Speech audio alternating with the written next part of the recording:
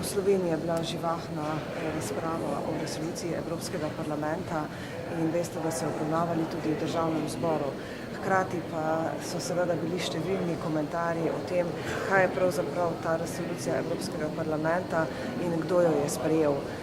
Bilo je tudi, po mojem mnenju, nepravilno javnost podano stališče, da je to resolucija, ki jo je v parlamentu pripravil desni spekter političnega prostora.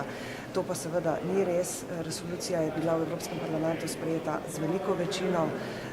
Poudarili smo stališča, ki opozarjajo na totalitarne režime, se pravi fašizem in komunizem in nacizem. In dejali smo, da moramo sicer stvar prepustiti zgodovinarjem, da obravnavajo to, vendar pa kljub vsemu je odgovornost politike, da zavzame stališče do teh sistemov kot do zločinskih sistemov, tudi zaradi tega, da omogočimo miren razvoj prihodnosti.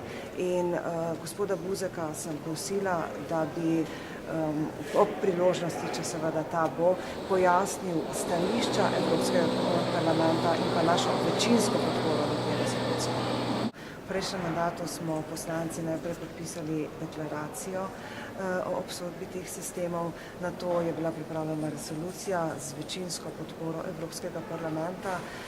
Takrat smo tudi predlagali, da naj se na evropskem nivoju omogoči neka platforma, na kateri bi se seveda Evropa tudi kot celota zavzela stališče do tega in tudi predlagali smo 23. avgust kot dan, ko se spominjamo teh totalitarizmov in jih seveda obsodimo, kot sem rekla, z namenom, da se to ne bi več zgodilo v prihodnosti.